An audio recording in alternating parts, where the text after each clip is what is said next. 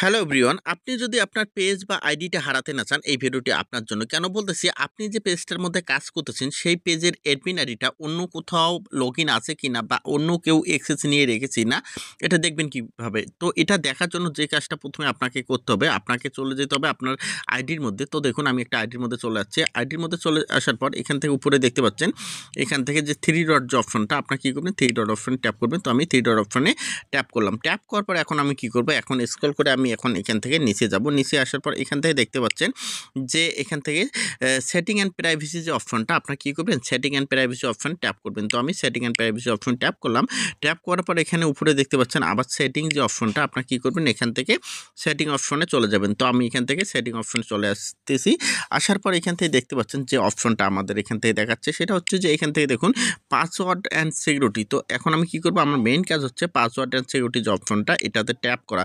তো আমি এখানে ট্যাপ করলাম। এখানে ট্যাপ করার পর আমার যে কাজটা করতে হবে সেটা হচ্ছে যে আমার এখান থেকে দেখুন যে আমার এখান থেকে আমার যে আইডিটা আছে, এই আইডিটা কোন কোন ডিভাইসে লগইন আছে বা অন্য কেউ এখান থেকে গোপনে এটা ব্যবহার করতেছে কিনা, এটা কিভাবে দেখব? এটা দেখার জন্য জাস্ট আমাকে যে কাজটা করতে হবে, এখান থেকে পাসওয়ার্ড অ্যান্ড সিকিউরিটি যে অপশনটা, এখন আমি এখানে ট্যাপ করব। তো আমি এখানে ট্যাপ করব। এখানে ট্যাপ করার সাথে সাথে এখন আপনারা দেখতে পাচ্ছেন স্ক্রল করে আমি যদি একটু নিচে যাই, নিচে আসার পর এখান থেকে দেখতে পাচ্ছেন এখান থেকে আমার একটা অপশন আছে, হোয়ার আর ইউ লগ ইন। তো এই যে অপশনটা আছে না, আপনারা প্রত্যেকেই এই অপশনটার মধ্যে ট্যাপ করে দেবেন। তো আমি এই অপশনটার মধ্যে ট্যাপ করে দিলাম। এই অপশন ট্যাপ করার পর এখান থেকে দেখতে পাচ্ছেন যে আমার আমার যে পেজের নামটা বা আমার যে আইডির নামটা, সেটা কিন্তু এখান থেকে দেখাচ্ছে। জাস্ট আমি এখানে ট্যাপ করে দেবো। তো এখানে ট্যাপ করার পর এখান থেকে দেখুন যে এখানে কি দেখাচ্ছে, দিস ডিভাইস। হ্যাঁ, এখান থেকে দেখুন যে আমার এখান থেকে কোন ডিভাইসের মধ্যে আমার লগ ইন আছে সেটা কিন্তু এখান থেকে দেখাচ্ছে। জাস্ট আপনাদের এখান থেকে যদি অন্য কোনো ডিভাইস দেখায়, আপনার যে ডিভাইসটা ব্যবহার করতেছেন বা দেখা যাচ্ছে আপনি এমন একটা ডিভাইস এখান থেকে ব্যবহার করেছেন যে ডিভাইসটা